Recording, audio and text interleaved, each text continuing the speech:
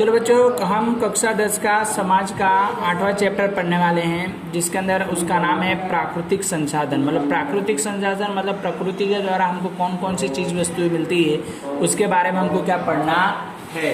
ठीक है, फिर इसमें देखते हैं तो संसाधन द्वारा मनुष्य की आवश्यकताओं को कुछ हद तक पूर्ण रूप से संतुष्ट किया जा सकता है।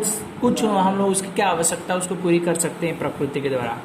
प्रकृति में हजारों तत्व हुए हैं, परंतु उसे संसाधन नहीं कहा जा सकता है। बहुत सारे हैं बट उसको संसाधन नहीं कहा जाता। कुछ ही जो चीजें वो संसाधन कहलाती हैं।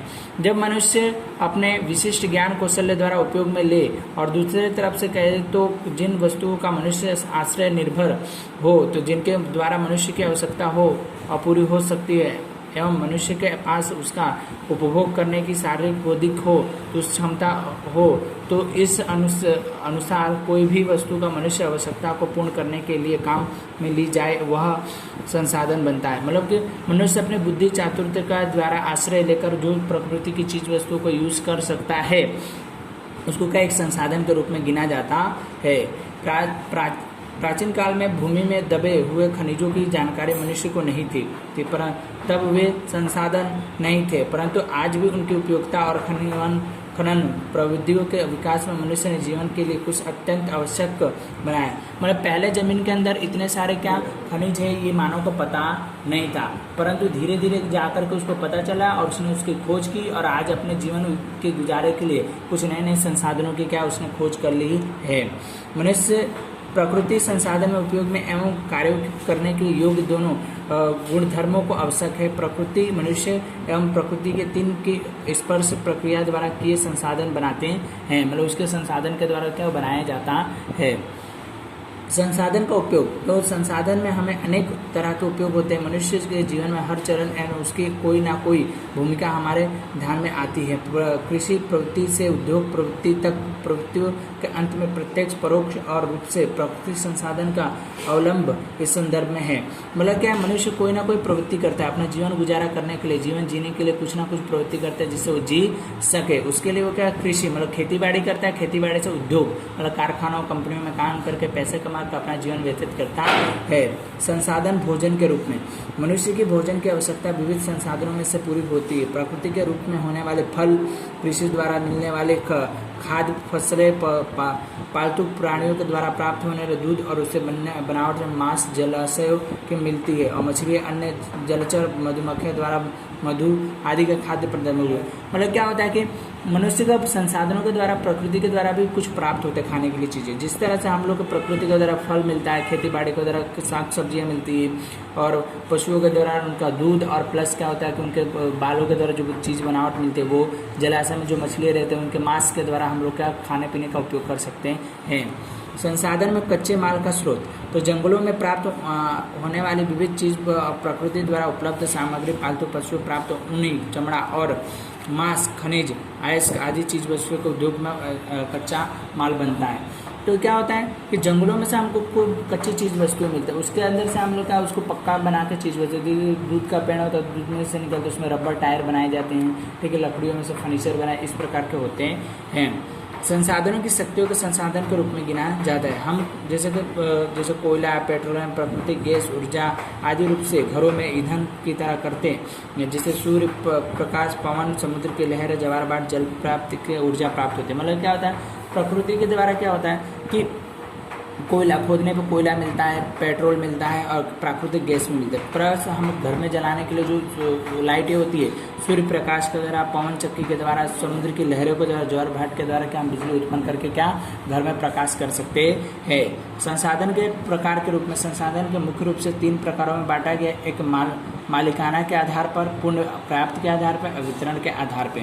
क्रम के अनुसार देखें तो क्या होता है मालिकाना के आधार पर देखें तो व्यक्तिगत संसाधन क्या होता है, व्यक्तिगत संसाधन होता है मतलब किसी एक व्यक्ति का ही इस पे क्या हक होता है, जिसके कुटुंब के मालिक का हक है, जैसे भूमि, आवास, जमीन और घर के पे एक ही मालिक का हक होता है। राष्ट्रीय संसाधन किसी देश का उसके ऊपर क्या हक होता है, जिसमें सेना, अंतर्राष्ट्रीय व्यापार उनका सब होता है। वैश्विक संसाधन में पूरे विश्व का उसके ऊपर क्या संसाधन मतलब उसका क्या हक होता है, जिससे कि राष्ट्रीय संयुक्त मालिकाना होता है।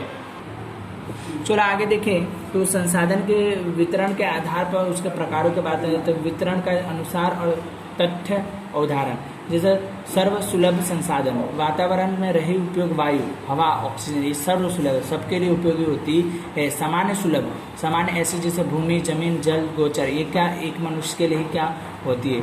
विरल संसाधन, जिसकी पर्याप्त मर्यादा होती है, खनिज जैसे कि कोयला, पेट्रोल, तांबा, सोना, कीड़े, ये सब क्या एक अचूर मात्रा में, मतलब ये कभी ना कभी खत्म हो सकता है।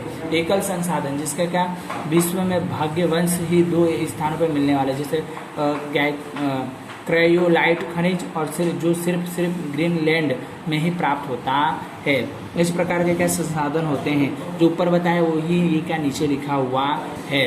आगे देखिए तो संसाधन के आयोजन के संरक्षण, उसका किस तरह से हमको संरक्षण करना है उसके बारे में बताया गया है। तो मनुष्य की आवश्यकता मर्यादित है, तो उसको जितना दो उतना कम पड़ता है। प्राकृतिक संसाधन भी मर्यादित है। विगत 100 वर्षों से मनुष्य का विज्ञान और तकनीकों के क्षेत्र में असाधारण विकास और भयंकर जन विस्फोट हुआ है। मतलब कि क्या मतलब जनसंख्या वृद्धि हुई है। टेक्नोलॉजी का खोज तो किया, बाकी जनसंख्या वृद्धि भी हुई है। इस परिस्थिति में के बाद गंभीरता पूर्वक विचार नहीं किया गया तो भविष्य में आने वाले खराब परिणाम को भुगतने पड़ेंगे। और उन कारण से हम पीढ़ियों और के लिए संसाधन संरक्षण करना हम सभी का कर्तव्य। संसाधन के संरक्षण का अर्थात के संसाधन का विवेकपूर्ण उपयोग होता है। मतलब क्या होता है कि अगर ये गंभीर परिस्थिति को हमने नहीं समझा, ज़्यादा से ज़्यादा प्रकृति की चीज़ों को हमने खर्च किया तो आगे वाले भविष्य में हमको नुकसान पहुंच सकता है, आने वाली पीढ़ियों को कुछ भी मिलेगा नहीं। संसाधन शब्द का सीधा संबंध संसाधन से कमी से जुड़ा हुआ, मतलब उसके संसाधन की जो कमी है उससे क्या जुड़ा हुआ है।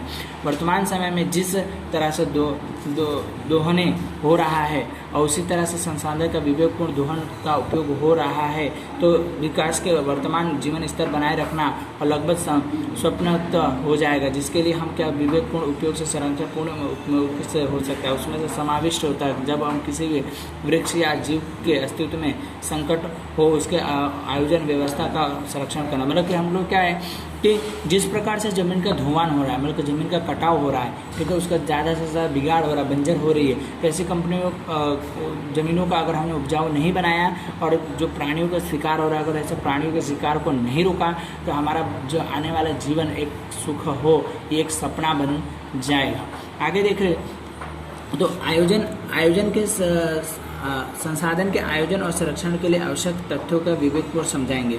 सबसे पहले हमें किसी एक प्रदेश देश के एक इकाई के मान के उसके द्वारा उपयोग में लिए गए तबक्का बिना उपयोग और संभावित संसाधनों को उपलब्ध विशेष है। मतलब कि जो एक प्रदेश में क्या एक ही संसाधन मिलता हो तो उसको हमको संरक्षण करना चाहिए। जिन संसाधनों का प्रमाण मर्यादित अवनीय है तो वैज्ञानिक रूप से दोहन करना चाहिए एवं उसके क्या उपयोग अनिवार्य हो तभी करना चाहिए। मतलब कि जो कम मात्रा में मिलता है तो उसको हमको एक बार या कम से कम उपयोग करना चाहिए। जिन संसाधनों की मात्रा बढ़ी जाती है तथा उसके के लिए पर्याप्त करना चाहिए। मतलब जिन संसाधनों की मात्रा पर्याप्त मात्रा में बढ़ रही है तो उसको पर्याप्त मात्रा में ही उसका उपयोग हमको करना चाहिए। जो संसाधन वर्तमान में सरलता सहजता से उपलब्ध है उसे बिगाड़ करना, मतलब कि उसको हमको क्या जो अगर आसानी से आपको जो मिल रहा है, मतलब पानी है आसानी से आपको मिलता है, इसको कम से कम उपयोग करो आने वाली पीढ़ी को भी मिल सके। और ज़्यादा से ज़्यादा उपयोग करेंगे, मितव्ययता बेहता करेंगे तो भविष्य में आने वाली पीढ़ी को पीने लायक भी पानी मिलेगा नहीं। आगे देखिए तो मर्यादित मात्रा में उपलब्ध संसाधन बनाए रखना तथा तकनीकी विकास के द्वारा वैकल्पिक स्रोतों की खोज लंबे समय तक अंतराल में फायदेमंद है। मतलब कि मर्यादा क्या है तो मर्यादित है ये संसाधन और इसकी नई नई तकनीकों द्वारा कम से कम इसका उपयोग हो, फिर से कैसे उपयोग कर सके इसके लिए क्या वैज्ञानिक खोज कर रहा है। संसाधनों के संरक्षण के लिए शासन द्वारा आवश्यक कानून के नियमों बना करके उसका अमल करना चाहिए। मतलब उनका क्या कानून के द्वारा एक नियम होना चाहिए, नियम के द्वारा ही उपयोग कर सके तो जिसके क्या लोग कम से कम इसका उपयोग करें। नागरिकों के द्वारा संसाधन के विवेकपूर्ण उपयोग करके जुड़े सभी बातों से अवगत होकर के जन जागृति लानी चाहिए। मतलब कि क्या हमको नागरिकों को देश के जितने भी नागरिक हैं उनको जन जागृति करना चाहिए कि हमको कम से कम इस चीज़ वस्तु का उपयोग करना चाहिए।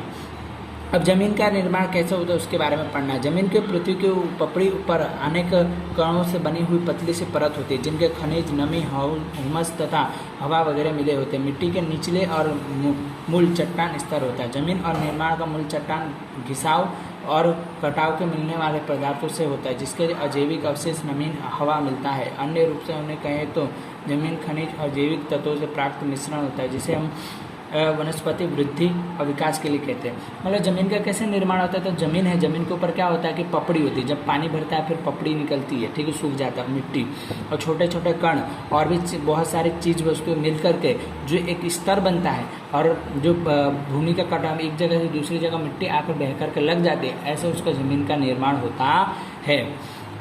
अब पढ़ते ज़मीन कैसे बनी, तो पृथ्वी की पपड़ी में से सबसे ऊपर की सतह जो होती है वो ज़मीन कहलाती है। ज़मीन में से वनस्पति का विकास के लिए आवश्यक खनिज द्रव्य और जैविक द्रव्य प्राप्त होते हैं, जबकि उसके अनुपात में ज़मीनों का एक समान नहीं होता। मतलब कि क्या, तो जो ऊपर की पपड़ी होती है उसको क्या ज़मीन कहते हैं। द्रव्य में से जब सूख जाता है, दलदल जब सूख जाता है, एक ज़मीन का रूप धारण कर लेता है। और इस तरह से जमीन के अथवा केंद्रीय पदार्थ युक्त चट्टानों को वनस्पति द्रव्यों के मिश्रण के संगठित पदार्थों की पपड़ी स्तर बनता है। मतलब कि क्या, पपड़ी वाला स्तर क्या वो बन जाता है।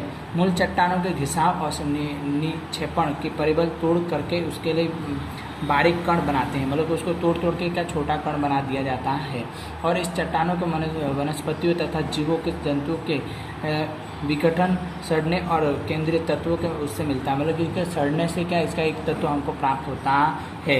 यह केंद्रीय तत्व वनस्पतियों के विकास के महत्वपूर्ण भूमिका निभाता है। देश का विकास हो और प्रकृति का विकास हो, इसकी क्या महत्वपूर्ण एक भूमिका निभाता है, मतलब कि उसके साथ देता है। जमीन किसी उत्पादन समय अंतराल में संदर्भ में उस समय की जलवायु का प्रभाव इतना महत्वपूर्ण एवं व्यापक है कि उसके जलवायु प्रदेश के विभिन्न प्रकार के चट्टानों से बने लंबे समय के अंतराल में एक ही प्रकार के होते हैं। मतलब कि ये क्या लंबे समय के अंतराल में एक ही प्रकार के क्या देखने को मिलते हैं, ठीक है।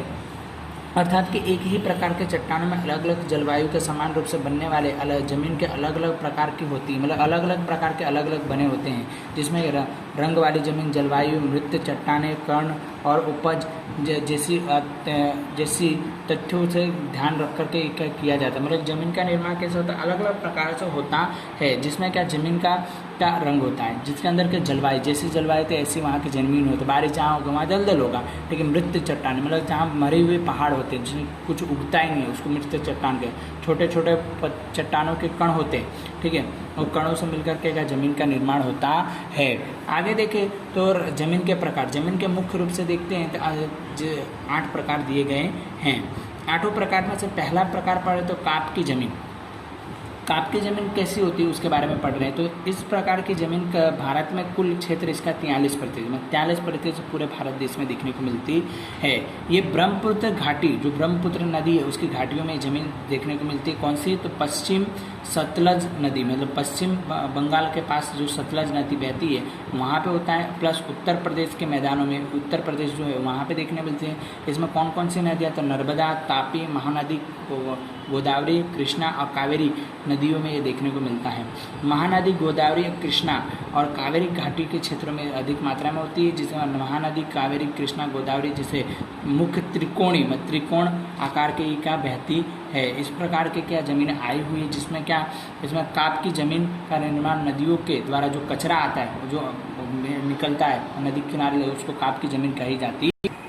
आगे देखें तो इसके अंदर पोटेशियम, फॉस्फोरस एसिड और चूर्ण की मात्रा अधिक मिलती है, जिसमें सबसे ज़्यादा नाइट्रोजन की नमी, मतलब पानी का भेज होता है। नदी की आप कोई भी मिट्टी खोदो तो उसके अंदर पानी का भेज ऑटोमेटिक आपको दिखाई देता है। ज़मीन में क्या दलहन और फसलें होते हैं, मतलब दाल, सरसों, उड़द, मूंग, ऐसे सारे क्या इसमें अच्छे हो पाते हैं, जिसमें अंदर गेहूँ, धान, गन्ना, पटसन, कपास, मकई, तिलहन आदि की फसलें क्या हमको देखने को मिलती है।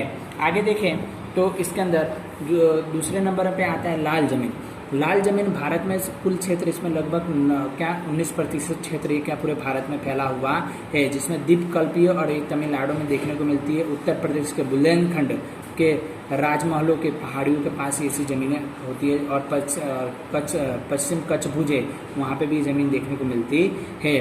उसके अलावा राजस्थान में उदयपुर, चित्तौड़गढ़, डूंगरपुर, बांसवाड़ा, भीलवाड़ा आदि प्रदेशों में क्या ये देखने को मिलती है। ये ज़मीन के इसके अंदर क्या फेरिक ऑक्साइड क्या रसायन मिलता है, जो क्या लाल रंग का होता है, जिससे इस कारण से इसको लाल रंग की ज़मीन या पीले रंग की ज़मीन के कही भी जाती है, पीले रंग में बदल जाते हैं। कि इस प्रकार से क्या है ज़मीन, आपने हल्दी घाटी देखा वहाँ पे पीली है मिट्टी, इस कारण यही है कि वहाँ का क्या पीली मिट्टी होती है। ज़मीन में चूर्ण, कंकड़, कोबाल्ट नहीं पाए जाते। इसके ज़मीन में अधिकांश मैग्नीशियम, फॉस्फोरस, नाइट्रोजन, पोटेशियम आदि मात्रा इसके अंदर पाई जाती है। इसके अंदर क्या बाजरी, कपास, गेहूँ, ज्वार, अलसी, मूंग, आलू आदि प्रकार के क्या इसके अंदर देखने को मिलता है।